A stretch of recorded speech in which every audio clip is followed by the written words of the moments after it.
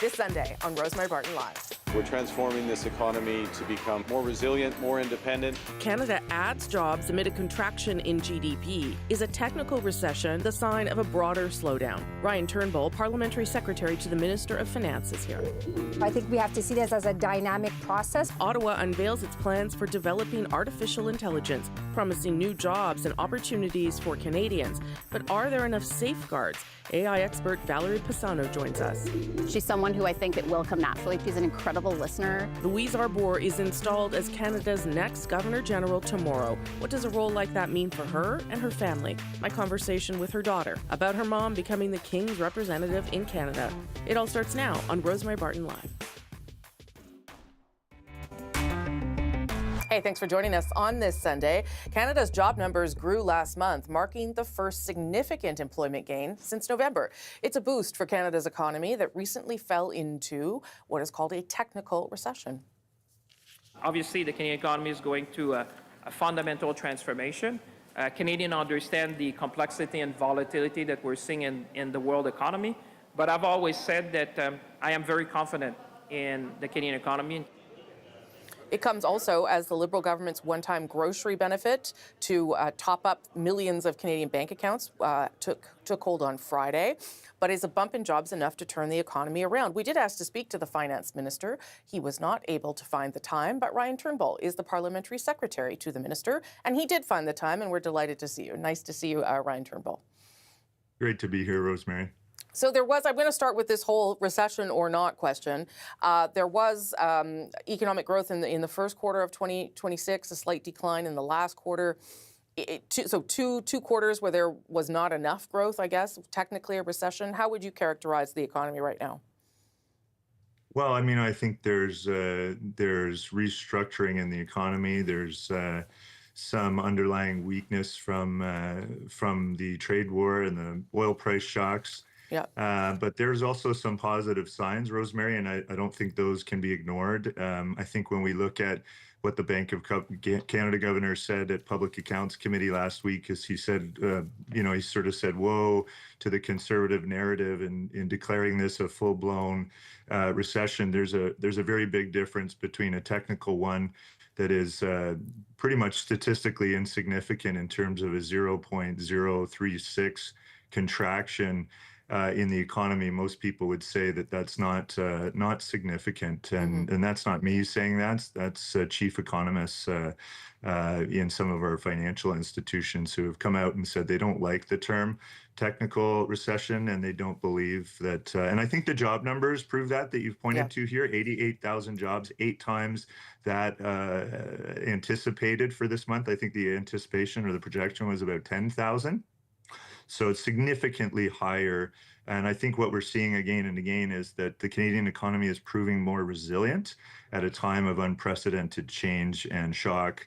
And that volatility won't continue, we hope, based on the measures that the government has put forward. Yeah. So I take your point about the recession, and we talked to Frances Donald in the first hour, and she largely agrees with you, and certainly other economists do too. But as you said, the economy is soft, it's weak. And that's partly because of all these different changes that are happening. How long should Canadians expect for it to take, for some of these big changes to take hold? Well, I mean, we've signed 20 new trade and security agreements in about a year, which is significant. We see non-U.S. trade up 36% in the spring economic update. We've seen consumer spending rising at 1.5%, wages outpacing inflation for every month that this government has been in office. We have foreign direct investment at the highest level in the last fiscal year. And we have offered significant tax deductions and measures to Canadians while I think looking to ensure fiscal discipline at a time of unprecedented change and rupture to the global trading system. So that fiscal discipline is really, found in the cost savings exercise that we did with $60 billion in savings over 5 years. At the same time, we preserved federal benefits, and your example We've actually added new federal benefits. We've also preserved the provincial transfers for healthcare and education and all the other things that Canadians rely on those for. All while, using our fiscal capacity to invest in defense, housing, and infrastructure, productivity, and innovation. And those will take time. Those investments that the Canadian government has made, I would say generational investments, will take time. The Prime Minister, when asked about this on, I guess it was maybe Thursday, he pointed to lower immigration as a drag on Canada's GDP. I wonder if you're sacrificing economic growth to deal with the immigration numbers. Well, I mean, we've heard very strongly from the public that we need to get the immigration system to a sustainable level. We believe immigration is always going to be a part of Canada's future. It's always been a part of our history. It's really important for us. But yes, there's a trade-off that with an actual declining population for the first time in many decades, we see a rise in GDP per capita. Which is, a measure that can assess the health of the economy. It's only one of many, and I don't overemphasize that one, but it is important. But it's largely due to a population decline. But we also, I think, will see that, Canada's projected to have the second strongest growth in the G7. We have the strongest fiscal position. That's according to the International Monetary Fund. We're now #1 in investment attraction for infrastructure investment around the world. These are really positive signs. So I want Canadians to remain positive, although we fully recognize that it's challenging times for sure. And it's crisis after crisis after crisis that have been sort of layered on beyond the government's control. Of course, we don't control, oil prices or those shocks. And I take your point on all those statistics that you said, but to your point, and I think it's the right one, Canadians don't feel those things, right? They still are struggling at the grocery store, and you can talk about the benefit.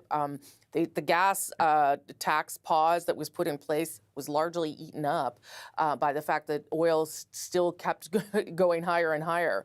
So is there anything else that the government plans to do in the short term to help Canadians right now, Canadians who are still not able to make ends meet in spite of all those positive economic statistics you just laid out? Well, Rosemary, we're always looking for more ways to help. We've helped with tariff-impacted industries to ensure workers had the supports they've needed. We're, offering all kinds of support to train and recruit and employ new tradespeople. We have the Canada Summer Jobs offering over 100,000 jobs to youth because we saw the youth unemployment rate being quite high, double the average. I think, we're stepping up time and time again. We have the automated tax filing system to help Canadians who would perhaps not be able to access those without filing their taxes, just to make that process easier for millions of Canadians so that they can file their taxes and get access to federal benefits. Again, you mentioned the groceries and essentials benefit. We cut income tax for the lowest tax bracket as well. So significant support, suspended the fuel excise tax over the summer for families to be able to get around easier. And we'll look to do more as is needed. We keep reevaluating at the Department of Finance every chance we get. We'll be doing pre-budget consultations over the summer. So there's opportunities for Canadians to feed in and suggest, additional ways that the federal government can step up to help. The Parliamentary Budget Officer, I'm sure you saw, now predicts that annual deficits over the next 5 years will be $4.6 billion higher. That's in part because of lower income tax revenue, higher program spending. How confident is the government that your projections are on course and that you're not going to see bigger deficits because of some of these choices? Well, I mean, our projections in the spring economic update and the last federal budget were all based on, private sector, the best in class private sector independent projections. So we take an average of those. So they're not really the assumptions behind the financial projections that we're making for the country are not assumptions that are ones that we've had a hand in formulating. They're really an average of the best in class chief economists at major banks, et cetera. So I think. And what we've seen is actually that those assumptions can be quite conservative for the most part. And that's probably a good practice, I would say, for any budgeting exercise, is to be conservative about the assumptions we're making when it comes to revenues and over-assume some of the costs when needed. But so that's what we've seen in the past. We had 11.5 billion less of a deficit. So the Canadian economy proved to be more resilient. We're seeing that again with the job numbers this month. So I don't think the PBO knows exactly what's going to happen in the future any more than anyone else does. So, I'm not, I believe in the PBO's position and role as an independent, analyst of these types of things, and being able to enhance debate and provide us with an alternative perspective. So I'll say that I really value the work of the PBO. I supported Annette Ryan, but I will say that the Canadian economy is proving time and time again to be more resilient. And the things that we've done will take time to come to fruition and manifest in terms of the economic impacts. But I think we're going to see the Canadian economy really bounce back as we come out of some of these shocks. But there's no telling how long these shocks are going to take. We don't have control over U.S. trade policy. We don't have control over the Strait of Hormuz, et cetera. So it's tough to predict. Ryan Turnbull, thank you for spending part of your Sunday morning with us. We appreciate you taking those questions. My pleasure, Rosemary. I love your show. Happy to be on anytime. All right. Well, thanks you can come back the anytime then. Okay. Thanks. Great. Ryan, have a good day. You too. Ryan Turnbull, Parliamentary Secretary to the Minister of Finance. As we were talking about there, millions of Canadians have received that one-time GST rebate top-up payment. Some say it's still not enough to help deal with the soaring price of groceries long-term. Kayla Dillon is a mother of 4 in Newfoundland, and I spoke to her earlier today. Kayla Dillon joins me now from Lethbridge, Newfoundland. Nice to meet you, Kayla. Good morning to you. Hi, good morning. So you and your family, you received this benefit on Friday, this top up from the government. How much of a difference will that make for you guys? Honestly, it's going to be a big help this week. It'll be great. I'll probably be able to get about a week or 2 of groceries, but that doesn't really factor anything in for the remainder of the year when we eat. Yeah, no kidding. Can I ask how much you got? Can I ask about how much you got when you got the top up on Friday? Yeah, a little over 500. Okay, so you have 4 kids. How would you how would you describe going to the grocery store right now in terms of how you make that work?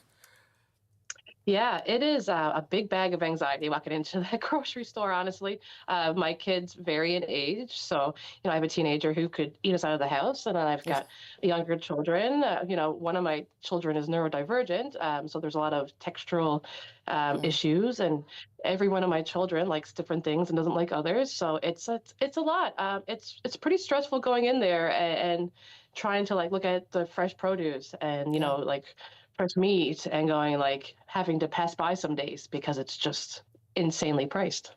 So what kind of shortcuts or what kind of tricks have you come up with in order to try and make your money go a little further? Well, you really do have to be creative. I utilize a lot of these apps.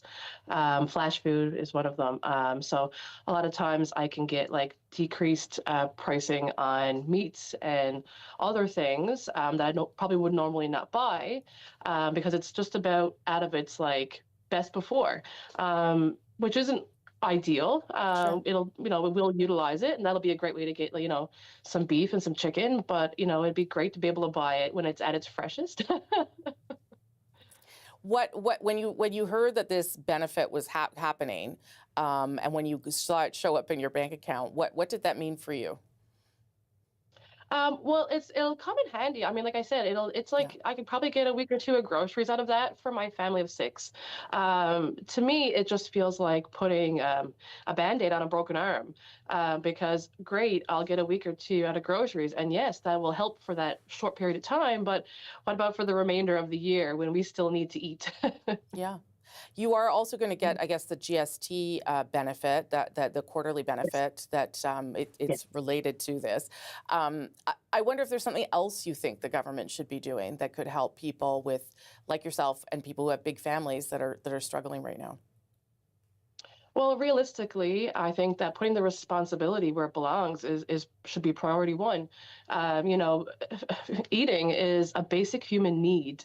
You know, we all need to eat. So the reality is the issue isn't putting money at this issue, throwing money at us. The issue is going to the root of the problem. You know, reaching out to these big corporations and trying to figure out where the justification is for all these price increases. You know, that's where it's hitting us, and why. You know, you can throw money at it, but the pricing is still the same. Yeah. So what would you say to the finance minister or the prime minister who maybe, you know, announced this stuff on Friday, but maybe don't understand exactly what people are going through? Yeah, I mean, there was a point where you'd be able to buy, you know, more junkier food. Like, I would love to be able to provide for my child a great pot of chicken soup, but I can go buy a can that's full of sodium to keep it on its shelf life. That's not feeding our children. That's not nourishing our bodies. You know, you need to get to those big corporations, figure out why, you know, these prices are increasing continuously.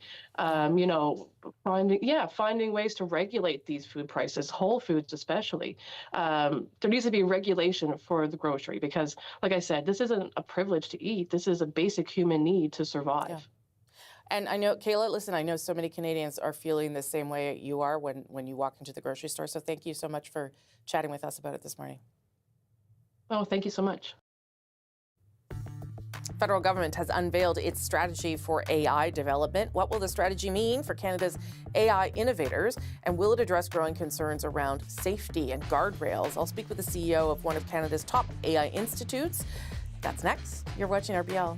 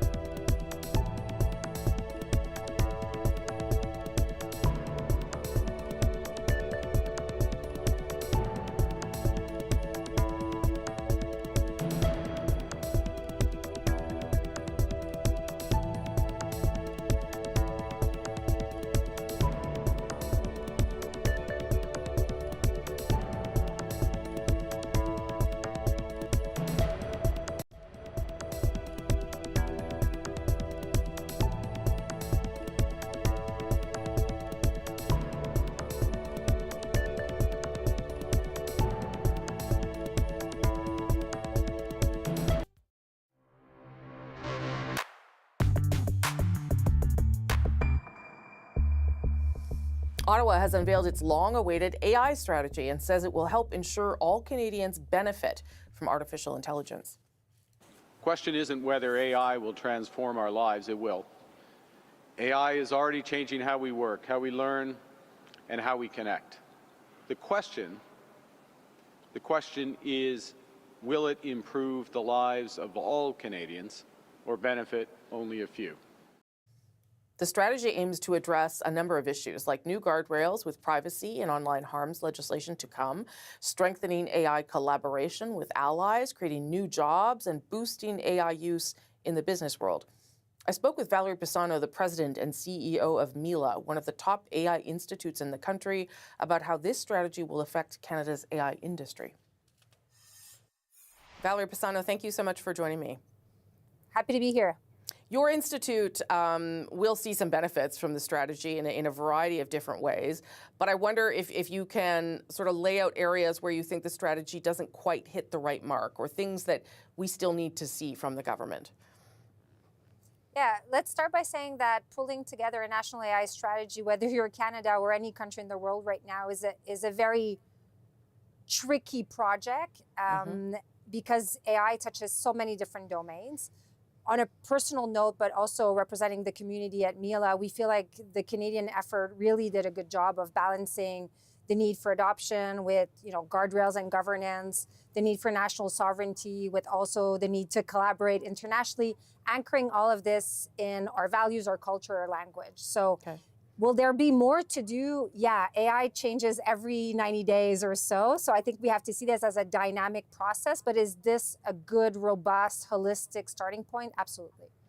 And I get that it's a strategy, so not everything is included, but there were a lot of details that I guess are to come.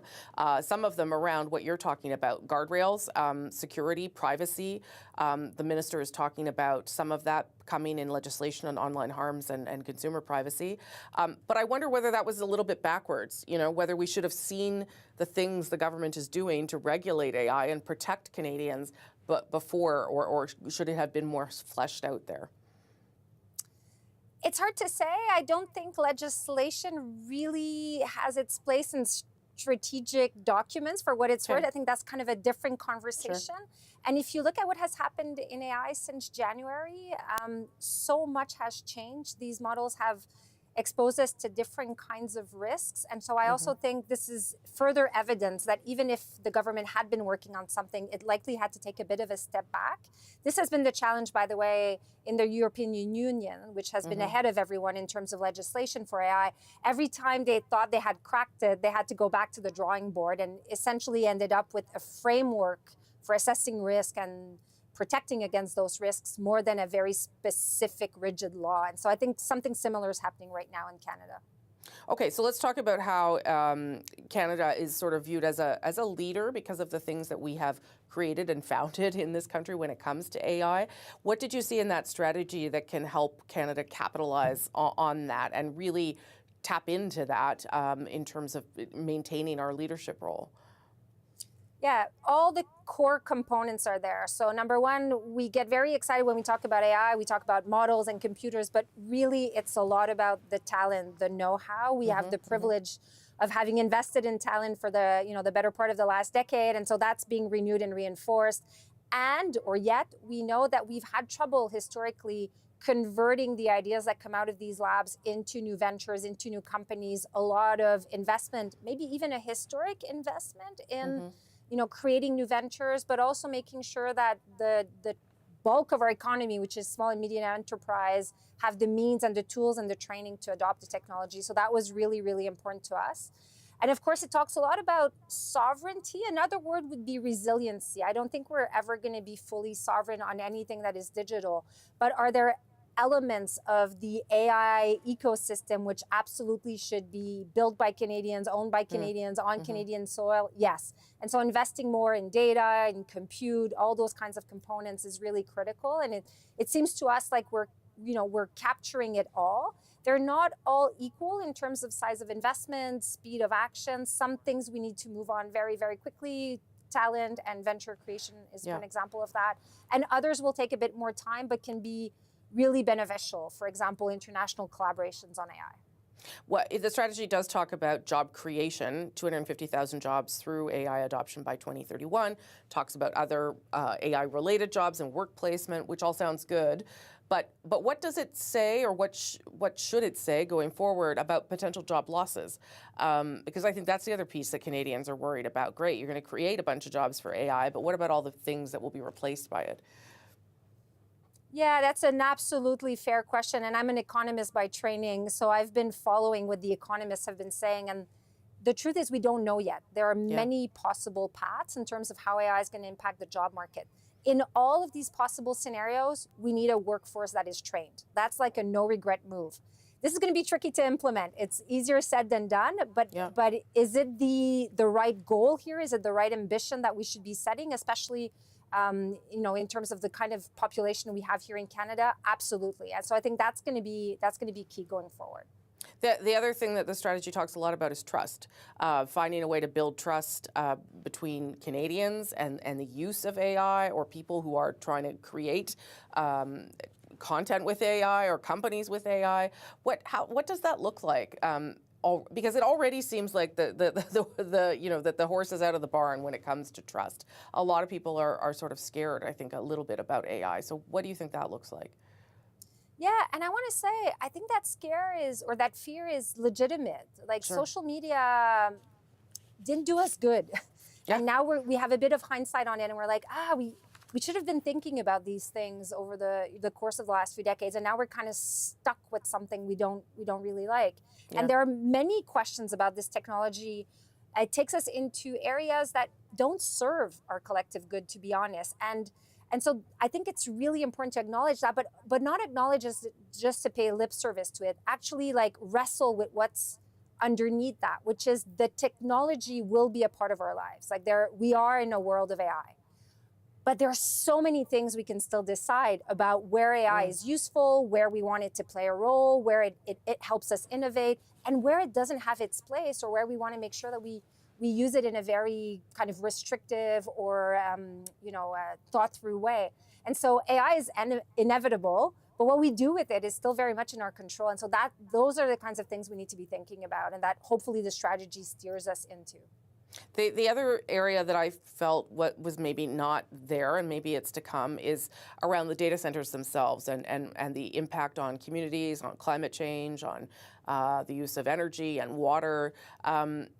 Is that something you think has to be addressed going forward, or is that really kind of a community conversation, something that happens based on where these data centers end up? Both. So I think you're absolutely right to say that first and foremost, this conversation should happen with the people who will be directly impacted positively and or negatively by the presence of data centers. I also think this is a good example of a place where we don't need to potentially be building as much as the Americans, but we need to have some that are our own. I also want to offer, I don't know that in the future we're going to be doing AI compute the way we're doing it today with these football fields of computers. That doesn't seem smart to many of us at Mila. And so we also have an opportunity in Canada to think about, okay, what would be the future of compute? What would be a more frugal, a sustainable version of this? Maybe smaller units. Maybe we don't need to drive a Ferrari to go to the convenience store, or whatever the expression we want to use, right? Right. And so, I think that's going to be part of the leadership opportunity for Canada, because we care about these questions. We have to have some of this, but then think about, okay, but in the future, what would be our version, which is likely not the same as the one that's being built today. Okay, Valerie Pisano, thank you. That was all very helpful in understanding what this is all about and what might be next. Appreciate it. Thank you. Trade talks in Washington are set to miss the next CUSMA deadline. Minister Dominic LeBlanc was optimistic after his meeting with U.S. Trade Representative Jamieson Greer, but both signaled the countries are not expecting to renew CUSMA by the July 1st deadline. What does it mean for trade talks? Where is it at? The Sunday Scrum has standing by for another round here on Rosemary Barton Live. We'll be right back.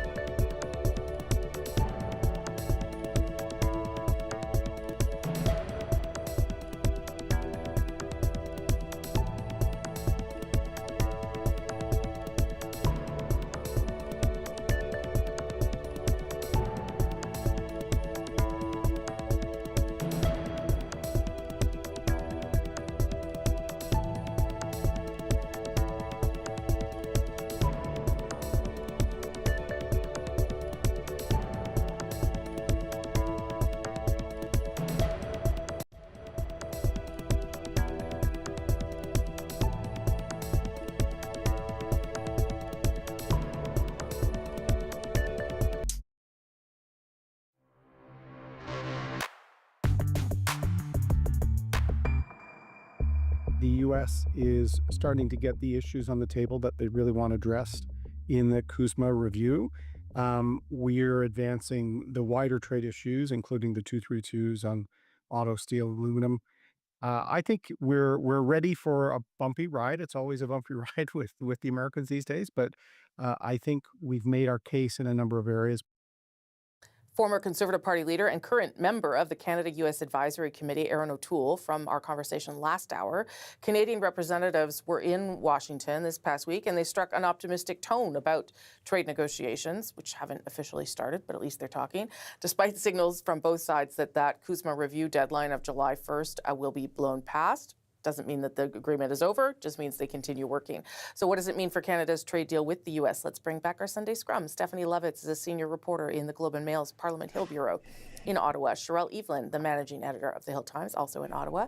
And Victoria today, Rob Shaw, political correspondent for Check News. Rob, I said I'd start with you, and I keep my promises. Oh, good.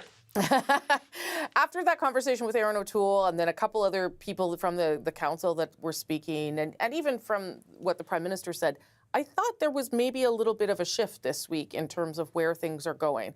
I couldn't tell you where, but it did sound a little more optimistic. Tell me your perspective.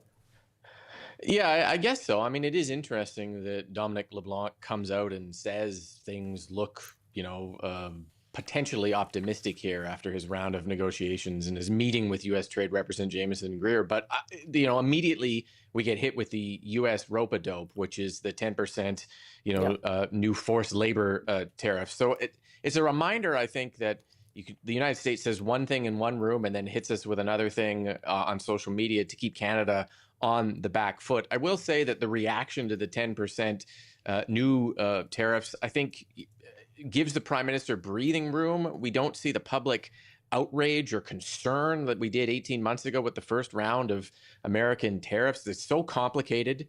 People are struggling to understand what it means. The president keeps pivoting on tariffs. So in that sense, the Prime Minister doesn't face the same pressure to knee-jerk reaction or stand up or ban new things. But the vibe here, I hope the vibe is as good as Erin O'Toole says, that behind the scenes they're actually getting to the issues and the letters, and because overall it still looks like we're giving up ground to the Americans and we're not making any progress. And that's a risk for the Prime Minister, whose whole image is built around putting his elbows up and taking it to the Americans here. Well, and to that point, Sherelle, the Prime Minister was asked about the CRTC change that they've asked for when it comes to streaming giants, and said it was about affordability. I think, okay, but I think a lot of people think it's a lot more to do with the United States and a concession that may have been needed there. Yeah, and that's, when the 10% tariff announcement came, the Prime Minister said, well, that's not a surprise. Neither was it a surprise that this might have been the way that the government went when it came to that CRTC order, simply because it has been identified as an irritant, quote unquote, for basically since the moment it was proposed and became law. So, as Rob said, giving something up, not necessarily the Canadian public, not necessarily seeing what we're getting for that. Yeah, that's where there is potential for issues for the government. I mean, at what point, essentially, everybody has to make that calculation. At what point do Canadians start to blame their own government for the actions of Donald Trump? Conservatives are hoping that it's be sooner rather than later. They say, Mark Carney was elected and he had deadlines that he set, and then he with the express purpose of dealing with Donald Trump, and he's failed to meet them.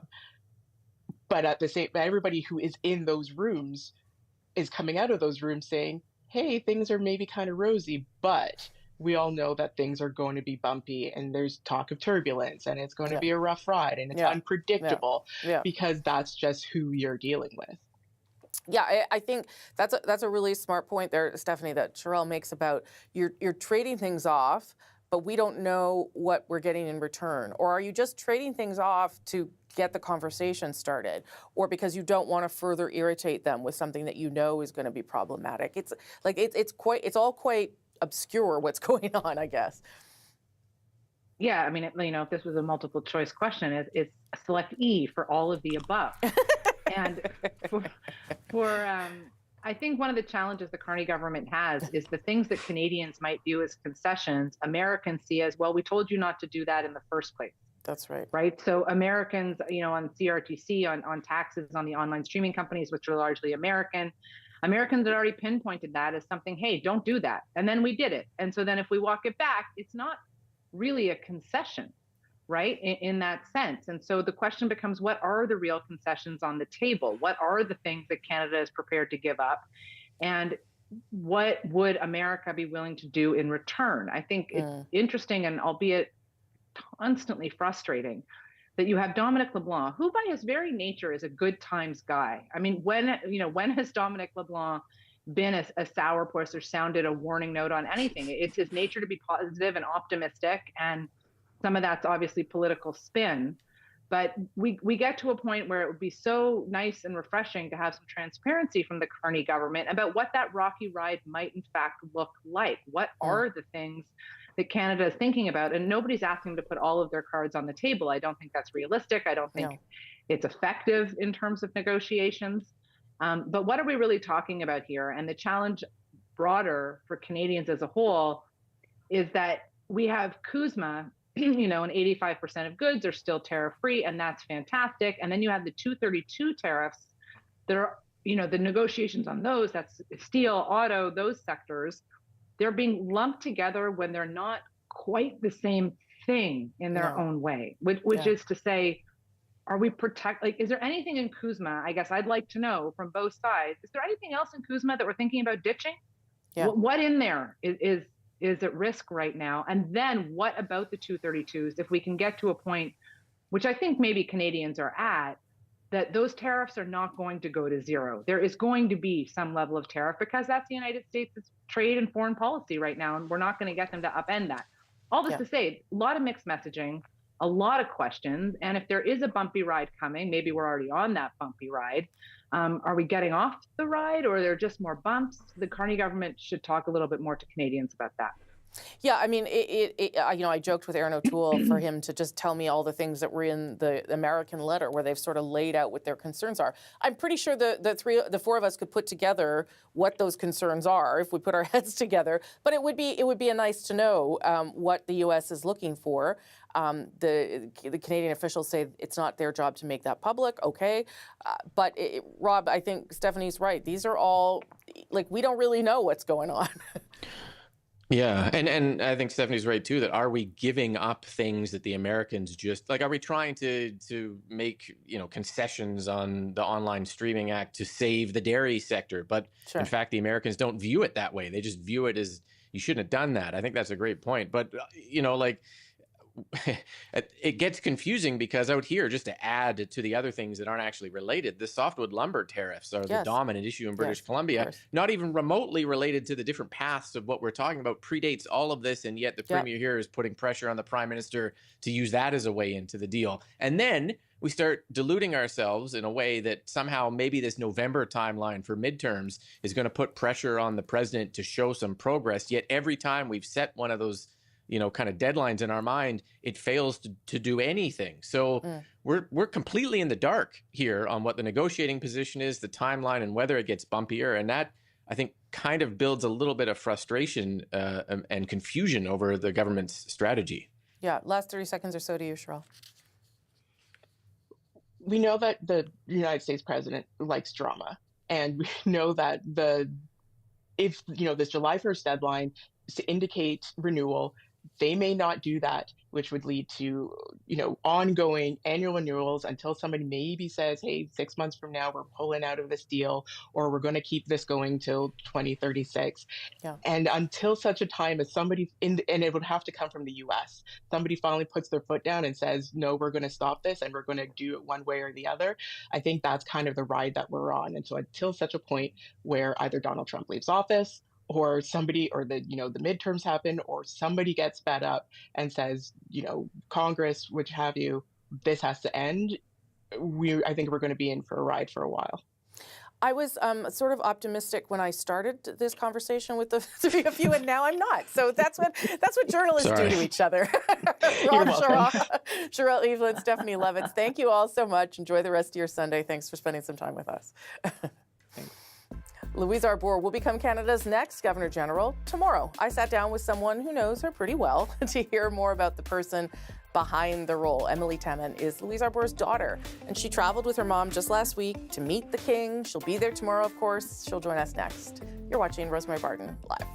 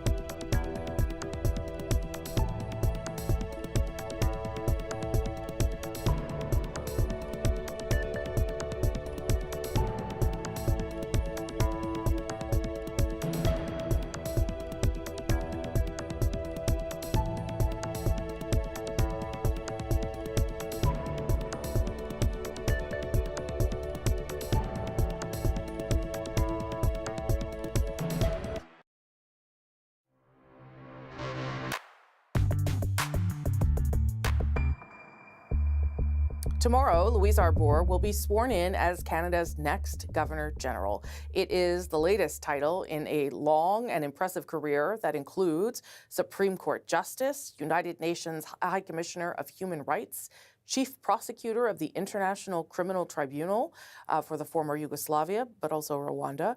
But just who is Canada's incoming Governor General outside of that illustrious career? I sat down with someone who knows her pretty well, her daughter, Emily Taman, to find out more. Emily, nice to see you. Thank you for doing this. Yeah, thank you so much. Tell me what happened. How did you find out that your mom was going to be the Governor General? Yeah, she just very unexpectedly got a call one day and asked whether it was something she would be willing to consider, and obviously very out of the blue. I think she was finally coasting towards the idea of maybe being somewhat retired at 79. Yeah.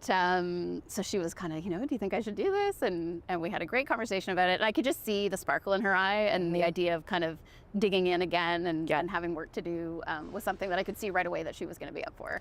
Yeah, I mean, in all the interviews I've done, I've watched about her, there is this like pull to public service. Mm-hmm. What is it about your mom that you think that makes her, that be such an important part of her? I don't know. I mean, I think it's just kind of how she is, and she just she's at her best when she's kind of stimulated intellectually, and yeah, I think just connecting with people and having that opportunity to serve is just it's like a lot of things. Like, where does it come from? I don't know. I think it's just how she's made. Yeah. What does it mean to you And your family? I mean, just on a totally selfish personal level, it's exciting for us that she'll be moving to Ottawa, which is also where we live. And my children have never lived in the same city as her before. And so she was able to come to an event at my son's school already and that kind of thing. So that's really nice. And for my kids and for my family, having the opportunity to, you know, be on the periphery of that really important work and getting to visit her at Rideau Hall obviously is something that's just really exciting for us. She talked a little bit about what she wanted to bring to it and what she, you know, why she was doing it when it was announced with the Prime Minister. What has she told you about what she hopes to do in this role?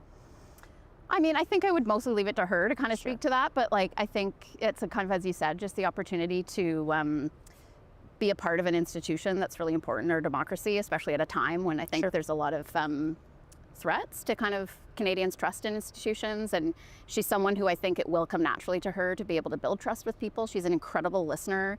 And I think she has the ability to communicate a lot about the role and why it's important. And just kind of be there to represent Canadians and the Crown.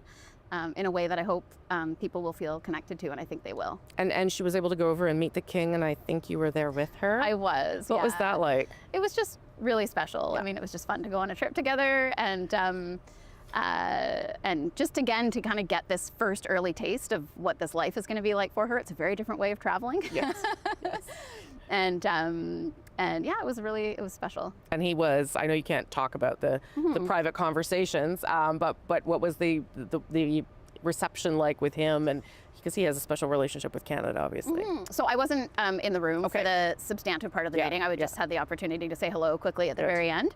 But as one would expect, he was really warm and gracious, and it was a privilege to get a chance to meet him. I want to talk a little bit about your mom's resume. It's very impressive. She's done a lot of big things: Supreme Court Justice, international war criminal prosecutor, human rights at the UN. What stands out for you as part of her legacy already as she moves into this role? Oh, well, it's like you said, it's kind of hard to pin it down. I think something that I've taken away from her career, I would say, is that she's worked so hard and so well in every job that she's had that it's always led to a really unexpected next opportunity, I think I would say. Like, she's not someone who had a really detailed 5, 10, 15-year plan and was aiming towards, you know, some next particular high office. Yeah. Very much like this. Things, she would describe it as just things falling under her plate or just being in the right place at the right time. But like, my analysis of it is that a lot of it just comes from people really love working with her. Yep. And she does a good job, you know, in the jobs that she's had. And so it leads to these other things. But each one of them has been like a complete 180 in a lot of ways. When she went to the UN the first time to do war crimes prosecutions, I mean, that was completely unlike anything she'd ever done before. And I would say that's kind of true of almost every job she's had before and since. So I think in an interview she actually said she's never been interviewed for a job. Yeah, exactly. And they're okay. But if you're doing your job so well that people offer you other jobs. Yeah, and just I think like when you build relationships that are authentic, and you're not kind of climbing desperately for the next big thing because it's what you think you want to see on your resume, but rather you work well with people, you work hard, and you do a good job. Yeah. Obviously that influenced you too. You're a lawyer, you're a human rights advocate. Yeah. How much of that did she sort of parent down into your family? How much of that was part of the conversation for you guys? I think it's, you know, it's at the dinner table, you're talking about probably different issues than sometimes other people are talking about I would say so, at their tables. And but at the same time, like, my siblings aren't in the profession and there was no pressure on them to pursue that as a career path. It was something that I was drawn to, I think, just because I had an affinity for it. But our house was very much about like following your passion and doing something you love, because, you know, your work is a big part of what you do. And if you don't love it, then it's not the right thing for you. And so it's not that I felt pressure or like a push from my parents to go into law, but I do think probably there was some influence there just in terms of talking to my mom over the years. Part of being the Governor General, I think, is listening, getting to know Canadians. But Canadians also have to get to know Louise Arbour. What would you want them to know in these first couple of days? I think just that she's a regular person like everyone else, and it really is true. Like friends of mine growing up, they just find this all so too much because they just know her as like, you know, a mom in sweatpants on the weekend kind of thing. And so in that way, like she doesn't have airs. She is a really genuinely good listener, and she's had the opportunity in the course of her career to hear from people from all walks of life, you know, from people that have experienced a lot of hardship and trauma in really, really difficult personal circumstances to heads of state and advocates, and so I think she will be really good at that part of the job, and she's someone who, when you meet her, you feel at ease immediately, and so I think she'll really have the capacity to build trust with people quite easily just because of her temperament and demeanor. Okay. Thank you for telling us a little bit about her. We'll see you on Monday. Absolutely. Yeah, have fun. Thanks. Thank you. You can join us live in Ottawa tomorrow for special coverage of the installation, that's what they call it, installation, of the new Governor General, Louise Arbour. You can watch the ceremony starting at 9 a.m. Eastern on CBC Television, CBC News Network, and of course everywhere you stream CBC News. We'll have lots of good guests, so stick around for that.